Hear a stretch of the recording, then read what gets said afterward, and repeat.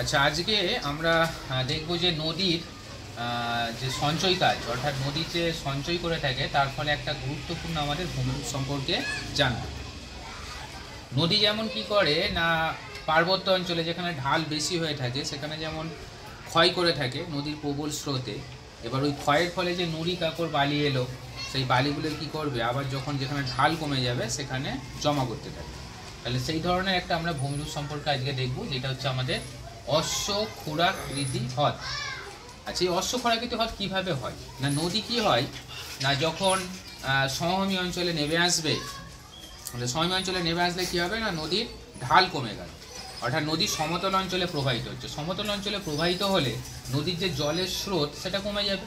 জলের স্রোত কমে যাওয়ার জন্য নদীর গতিপথে যদি কোনো সামান্য বাধাও আসে বা কঠিন শিলা আসে, নদী কী করবে, সেই বাধাকে এড়িয়ে চলার জন্য এঁকে বেঁকে প্রবাহিত হবে। অর্থাৎ নদীতে কি দেখা যাবে না, নদীর বাঁক দেখা যাবে।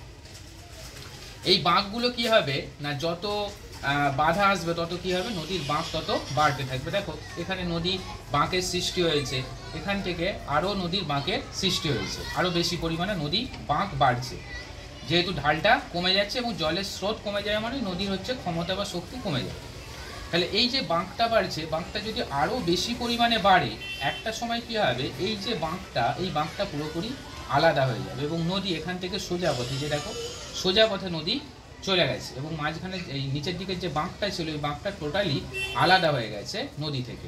তাহলে আলাদা হয়ে যাওয়ার ফলে সেখানে একটা জলা জায়গা সৃষ্টি হয়েছে।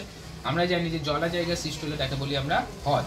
এবং ওই হ্রদটা দেখতে দেখো অনেকটা কিসের মতো না, ঘোড়ার যে পায়ের খুর হয়ে থাকে, সেই পায়ের খুরের মতো হয়ে থাকে। ওই জন্য এই যে হ্রদটা, এইটাকেই বলছি আমরা অশ্ব ক্ষুরাকৃতি হ্রদ। এই যে অশ্ব ক্ষুরাকৃতি হ্রদ, অশ্ব মানে হচ্ছে ঘোড়া, আর ক্ষুরাকৃতি মানে হচ্ছে ঘোড়ার খুরের মতো হ্রদ হয়ে থাকে বলে একে বলবো আমরা অশ্ব ক্ষুরাকৃতি হ্রদ। এবারে তাহলে অশ্ব ক্ষুরাকৃতি হ্রদ আমাদের নদীর কার্যের ফলে হলো কোন কার্য না, সঞ্চয় কার্যের ফলে। এবং কোন গতিতে দেখা যাবে না, নদীর আমরা জানি তিনটে গতি হয়। যতক্ষণ পাহাড়ি অঞ্চল দিয়ে যাই তাকে বলি আমরা পার্বত্য প্রবাহ, পার্বত্য প্রবাহের পর থেকে একবারে সমভূমির আগে পর্যন্ত তাকে বলি আমরা মধ্য প্রবাহ, আর একেবারে মধ্য প্রবাহ থেকে যেখানে নদী সমুদ্রে পড়ছে সেটাকে বলছি আমরা নিম্ন প্রবাহ।